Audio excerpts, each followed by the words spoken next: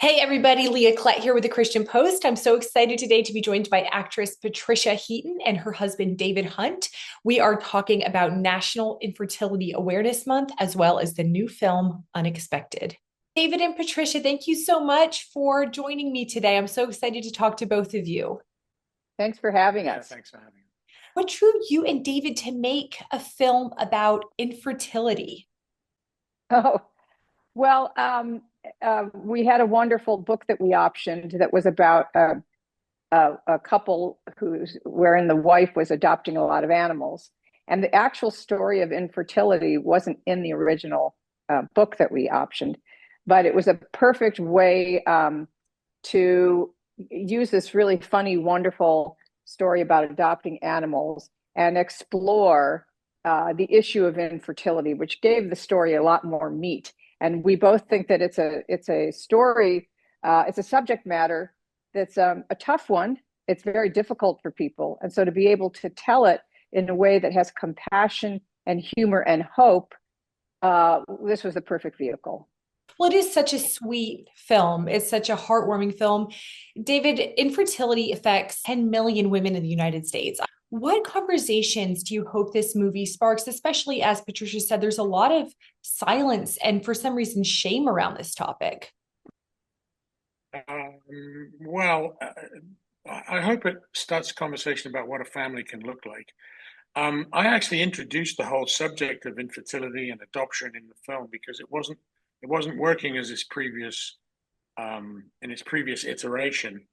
Um, what we didn't realize was the writer who we'd worked with for a number of years, both of his daughters were adopted. So it was clear very early on that we had hit upon a nerve.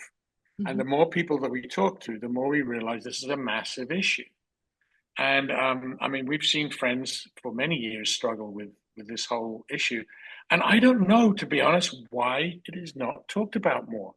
And it could be that there's a certain stigma attached to not being able to have kids. I mean, obviously, not as a woman, I can't really speak to that directly, but it certainly strikes me that that might be one of the factors involved.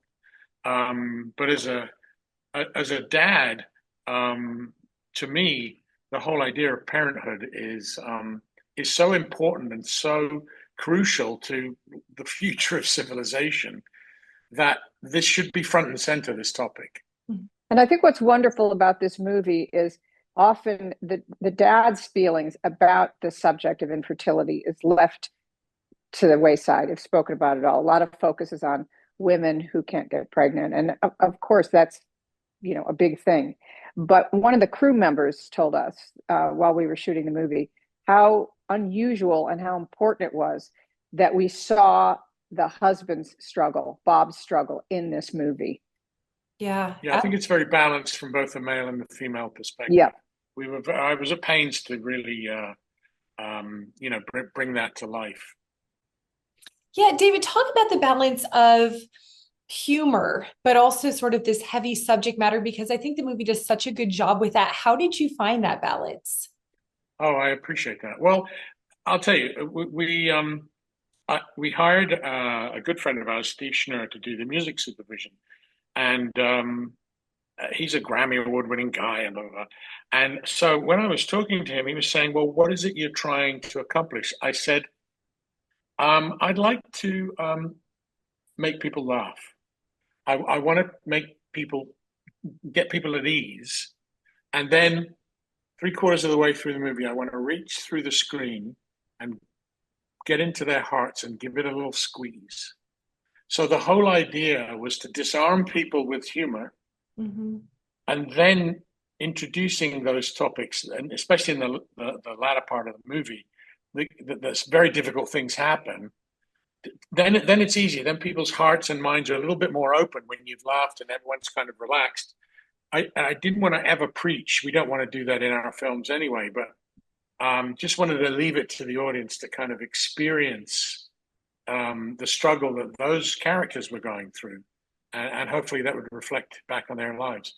And actually, in our screenings, we found exactly that. There was one particular screening in Chicago where, at the end of the movie for the Q&A, there was silence, and we thought, oh no, they hated it. Instead, people started getting up one by one, women and men, weeping, saying, thank you so much for telling our our story. We've Wow. struggled with this for years. And it really blew us away and made us realize that there really is an entire universe out there of sort of this unspoken issue. It tends to get sort of put into the sort of a technical, biological kind of sphere, you know. The humanity of it all is what struck us both. And that's what we kind of focus in on the movie, is how a couple cannot seem to get on the same page emotionally until the very end. Patricia, you've talked about how hearing your kids call you mom for the first time was such a life-changing moment. So many people who just long for that experience and they may never get that. How can churches and communities support these people? Well, as Dave said, it's you can create a family in different ways, and that's why this movie also, you know, is a big part of it, is about adoption and struggling with that idea for some people. And you know, as Dave said, our writer had adopted his two kids. We didn't know that when we hired him to write. And you know, it has its ups and downs, and it has its own set of issues and struggles. But I think it's important that, you know, churches and communities support couples, whether they, you know, have children or not. It's, you know, they're valued just as human beings themselves. And but then I think encouragement and compassion is what is needed, not so much solutions, you know, but just prayer and compassion. Yeah, they have to be with those congregants and not ostracize them in any way. They, as Patty rightly says, they have to be welcomed into the community. That would be my first rule of thumb anyway. Yeah. I mean, certainly from a biblical perspective, that's, you know, that's crucial. And the need out there is so great. There are so many children in the foster care system. There are so many people who are forced or make the choice to give up their kids. There's so many orphans out there. I mean, the need for people to step up and parent these poor kids is massive. Patricia, you've been so open about your faith. We've talked about it before. How does your spiritual foundation guide your approach to family and to storytelling and to the way that you use your platform? Well, for both Dave and I, we named our company FourBoys Films because we wanted to leave a legacy for our kids. We want to contribute something to culture that's truthful, but is grounded in hope, the hope that we have, especially in our faith, and that God is in control, and that all things work to the good for those who love the Lord. We know that that's true. That doesn't mean you create, you know, content that's sugar coated. And you, as you saw in this movie, the struggles are real, even though we come from a comedic point of view. So that's really what we're about, is bringing truth into the world and ultimately bringing hope into the world. I hear from both of you on this one. What is your advice for parents to raise kids who know and love the Lord? Well, hopefully you're in a community where you can find your church, your, you know, community of faith there. That's really important. And it's important for parents to model that for their children, whether it's saying grace before meals, reading Bible stories, making sure you are at church on Sunday.